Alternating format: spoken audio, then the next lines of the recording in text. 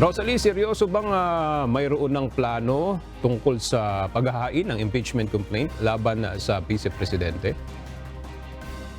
Aga natatalakay pa lang ng ilang kongresista ang issue ng impeachment laban kay Vice President Sara Duterte ayon kay House Deputy Minority Leader at Teachers Party List Representative Franz Castro.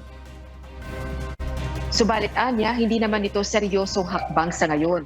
Partikular umanong may kinalaman ito sa paglilipat ng confidential funds sa tanggapan ng Vice Presidente mula sa Office of the President noong 2022.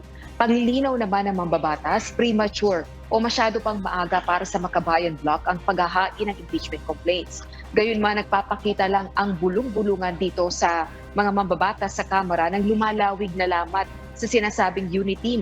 Dagdag pa ni Congresswoman Castro. Giit din ng mababatas, ang isinusulong ng kanilang kampo ay pagpaliwanagin si Vice President Duterte kaugnay ng 125 million pesos na halaga ng confidential funds noong 2022.